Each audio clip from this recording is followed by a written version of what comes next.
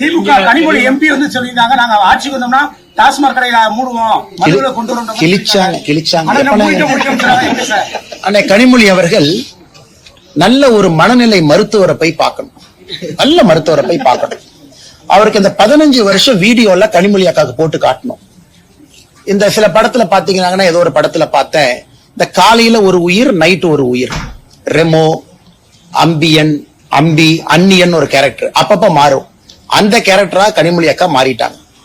தேர்தல் வரும் பொழுது டாஸ்மார்க்க மூடுவேன், தேர்தல் நடந்து முடிந்த பிறகு எஸ்கேப், அதன் பிறகு 5 ஆண்டுகள் கழித்து திமுகவினுடைய தேர்தல் வாக்குறுதி குழுவினுடைய தலைவி, நீங்க 2021 கொடுத்த வாக்குறுதியினுடைய வெள்ளை பேப்பரை கொடுங்கன்னா சிரிப்பாங்க, அதை பத்தி பேச மாட்டாங்க.